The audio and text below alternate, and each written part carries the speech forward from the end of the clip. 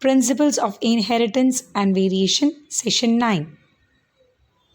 A test cross is a cross which is devised by Mendel to find out the unknown genotype of a dominant phenotypic trait. Is it clear? It helps us to understand the genotype of the F1 hybrid. And in this type of cross, the individual which is having a dominant phenotype, but we do not know the genotype. We know the phenotype and it is a dominant trait, but we do not know its genotype. And that particular organism is crossed with a homozygous recessive parent. Now, if we consider the cross in which the two parental generations or the two parental plants differ in one contrasting trait, namely the height of the plant. So we know the homozygous capital T is also tall, and the heterozygous capital T small t is also tall. We know only the phenotype, that is tall, but we do not have any idea about its genotype because it is a dominant trait, and dominant traits is expressed both in the homozygous and heterozygous condition. So in this case, the F1 hybrid or the organism in question, whichever organism we want to know its genotype, is crossed with a homozygous recessive parent. So now if we take this plant under question, we know it is only tall, but its genotype is capital T, and that is unknown to us. Suppose we are taking this plant and we are crossing it with the recessive parent. Okay, so this is the parent, and we get the gametes.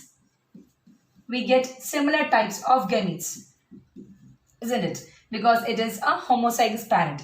And in this cross, if we take a Punnett square and we represent the gametes, that is the pollen and the eggs. In this cross, we get capital T small t, which is tall. Again, capital T small t, which is tall. This also generates capital T small t, which is tall.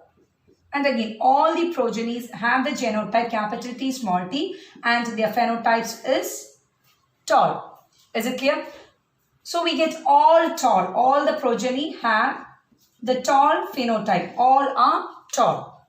Now let us consider the second case in which the tallness or the phenotype is due to a heterozygous genotype, and it is test crossed with a recessive parent. And here we can get two types of gametes, isn't it? Because it is heterozygous, and here only one type of gamete. Now we represent this in a Punnett square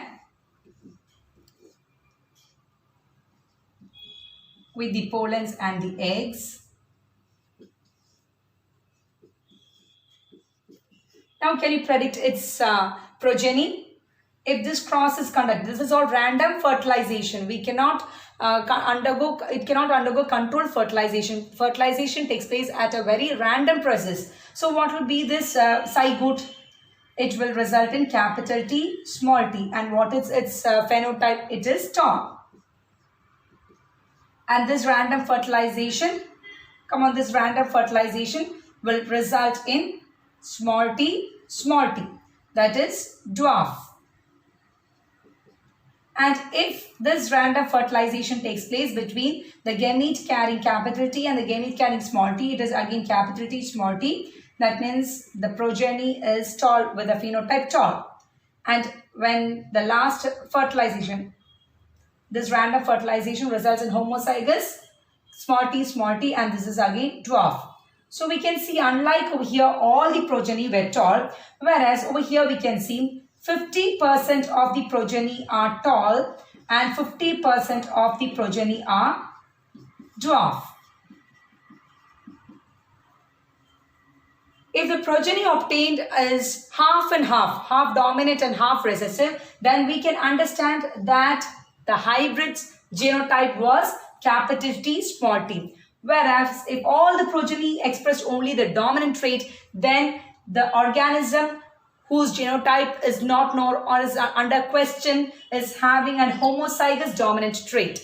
And from this, we can understand the genotype of a phenotype who's having a dominant trait. Is it clear? So this is the test cross which was devised by Mendel, which helps us to know organism whose phenotype is a dominant trait, but we do not know its genotype. Now, if we consider the genotype, in the first case, all the plants have the phenotype tall and its genotype is capital T, small t. The genotype is capital T, small t. Whereas in the second case, we can see that 2 capital T, small t is to 2 small t, small t. So the ratio can be condensed to 1:1. So this is the ratio which is obtained by a monohybrid test cross. Thank you.